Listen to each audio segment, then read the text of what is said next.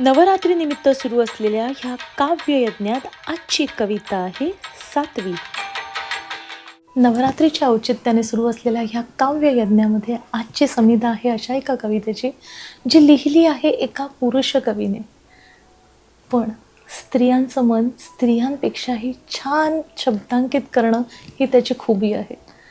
कवी आहे किरण येले आणि आजची कविता आहे सुरमई. सुरमई तुम्हाला माहीत आहे का? काय सुरमई तुम्हाला माहीत आहे का? बरोबर, चवदार रसरशीत सुरमई. कोणाला माहीत नाही? पण तुम्ही सुरमईविषयी आणखी काय बरं सांगू शकाल? तुम्हाला तर सगळंच माहिती आहे. तिची चमचमती त्वचा, तिचं ताजेपण ओळखण्याची कला, तिची महागलेली किंमत, सगळं सगळं माहिती आहे तुम्हाला. आता आणखी काही विचारलं तर तुम्ही तेही सांगाल.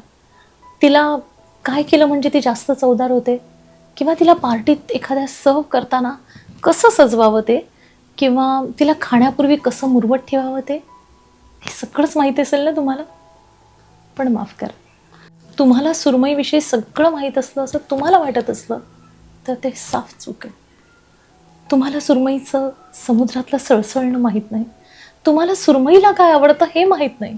तुम्हाला सुरमई आतल्यात काय विचार करते हे तर नक्कीच माहीत नाही. आणि जाळ्यात सापडल्यावर सुरमईची होणारी उलाढाल ही तर तुम्हाला नक्कीच माहीत नाही. एक सांगू, रागवू नका. तुम्हाला ना खरं तर सुरमईची फक्त चव माहिती आहे. तुम्हाला खरं तर सुरमईची फक्त चव माहिती आहे, पण सुरमई नाही. आणि जे सुरमईच्या बाबतीत तेच बाईचे आहे. जे सुरमईच्या बाबतीत तेच बाईचे आहे, नाही का?